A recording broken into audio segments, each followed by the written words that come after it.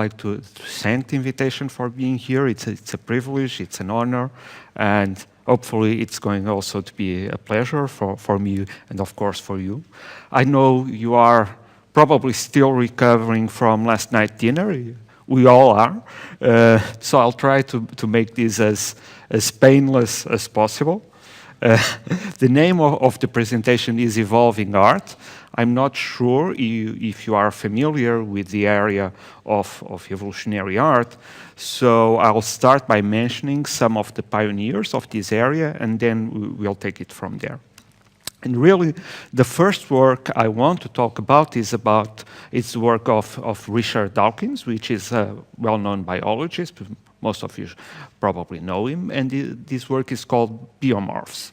It was a very simple program that allowed users to evolve the morphology of these virtual creatures that you are seeing on the screen. So the user could pretty much select a creature and then another creature and breed them together and so on. This was presented at the first Artificial Life conference. This is back in '87, I believe.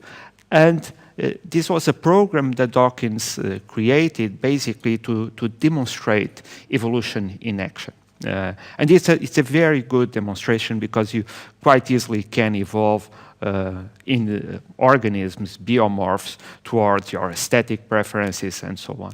And actually nowadays, if you go to YouTube and you search Dawkins and biomorphs, you probably will find out some old videos from the 80s with him in television presenting this work and demonstrating evolution and so on. It was really cool stuff. So the point is, evolution here was guided by the user, and this allowed the user to express their aesthetic preferences. Pretty much at the same time, there was also William Latham, which was very influential. William Latham, he was an artist, and he invented this generative system, which he called form things.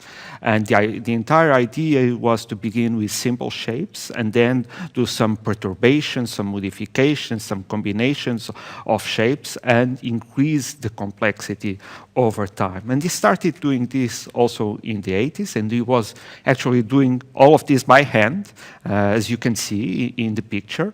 And there are other ones with even larger sheets of paper. And then he met Stephen Todd, which was working in IBM, and this is in the early 90s. And